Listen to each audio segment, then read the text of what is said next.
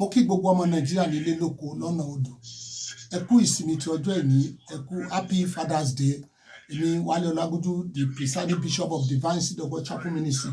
Èmi náà mo tún ní àǹfààní láti bá yín sọ̀rọ̀ lẹ́nìí. Ẹni bí ọ̀tá bá gbàgbé láti 2023 láti ń sọ̀rọ̀ nípa total restructuring of Nigeria based on suffering country, suffering state without any form of division under United States of Nigeria. Àgbéjáde lórí paper lórí gbogbo ẹ̀, a ṣe press conference àti oríṣiríṣi.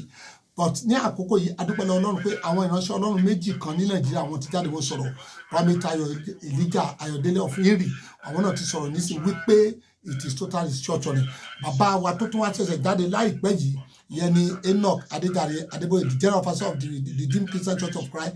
Àwọn náà lẹ́wọ̀ lọ́wọ́ mi yìí, àwọn náà ló sọ̀rọ̀, wọ́n sọ̀rọ̀ nípa United States of Nigeria and total restructuring, which is the best way. We believe the new restructuring based on suffering country, sovereign state under United States of Nigeria is the ultimate goal and is the only solution to the lingering crisis that has been going on in Nigeria since 1960 to date. Yẹ̀lá wá sọ lẹ́yìn sí nígbà táwọn bàbá àwọn ti ń jáde tán ti ń sọ̀rọ̀, ó fẹ́ pọ́ lọ́rùn back ohun tá à ń sọ ẹni ẹ̀yin ọmọ Nàìjíríà ọ̀nà nìyẹn. Tá bá sọ pé wọ́n ṣe Yorùbá nation, wọ́n ṣe kíní ẹ̀ ṣáwa Yorùbá ò ní jà, àwa ò takò àwọn ní Yorùbá nation. Ok, ẹ wo gọ́ọ̀mẹ̀ntì Nàìjíríà, Ìgbò láwọn fẹ́ lọ, wọ́n láwọn ò gbà. Yorùbá láwọn fẹ́ lọ, wọ́n láwọn ò gbà. Middle Belt láwọn fẹ́ lọ, wọ́n ò gbà. South láwọn fẹ́ lọ, ó dà. Here is a better alternative. Tá a fún wọn nísìnyí, alternative lélẹ́yìí, wọ́n gbọ́dọ̀ ṣe ni. Ẹ̀rọ ìjọba kan ṣe total restructuring. Kó ní káàkiri ọmọ májèsè ẹ wo Abia State. Gómìnà Abia State ó ti ń ṣe sovereign country, sovereign state nílùú ẹ̀.